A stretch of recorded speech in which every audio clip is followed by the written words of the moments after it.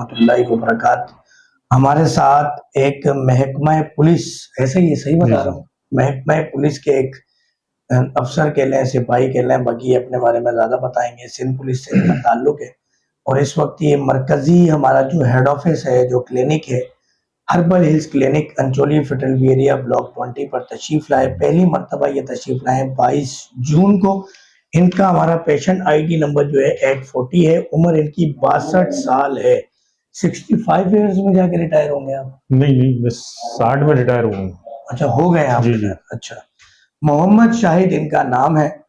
اور جب یہ آئے تھے تو انہیں پتا چلا تھا شوگر کو تقریباً 8 سال سے انہیں شوگر تھی، اور دن میں بھی پیشاب 2-3 مرتبہ کر رہے تھے، رات میں بھی 2-3 مرتبہ پیشاب کی ان کی کمپلین تھی۔